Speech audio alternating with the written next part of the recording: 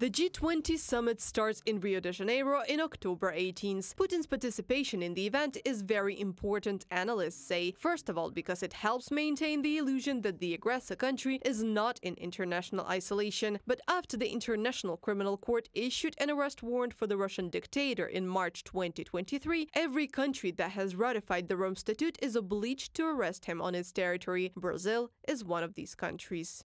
I sincerely hope that Brazil will arrest him, reaffirming its status as a democracy and a state governed by the rule of law. Failure to do so risks setting a precedent in which leaders accused of crimes can travel with impunity. Andriy Kostin, Ukraine's prosecutor general, in a comment to Reuters. Putin said that the International Criminal Court warrant is not a problem. Allegedly, it is only necessary to sign an intergovernmental agreement and then it is no longer valid. But the head of the Kremlin still refused to go to Brazil. He explained that he did not want to create problems for his friend, the president of Brazil.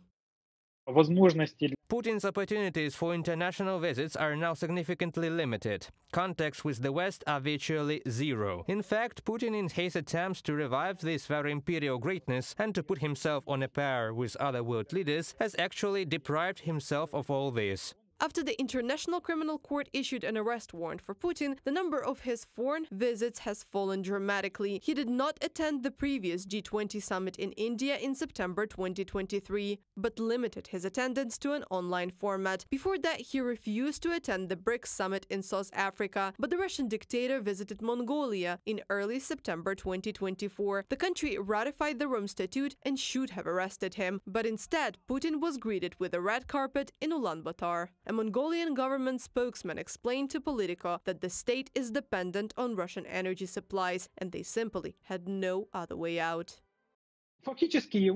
In fact, it is clear that no one will invite him in Western countries, in the countries that are connected with the United States, the democracies, the most developed countries. So naturally, no one is waiting for him there. He could obviously be welcomed in Africa, in certain countries in Asia perhaps, but I suspect that there are no leaders with whom Putin himself would actually want to maintain relations. On March 17, 2023, the International Criminal Court issued an arrest warrant for Putin and the Russian Presidential Commissioner for Children's Rights, Lyubova Belova. They are accused of illegal forced deportation of children from the occupied territories of Ukraine. Reported by Anastasia Tarnavska, Andriy Dmatrenko, UATV News.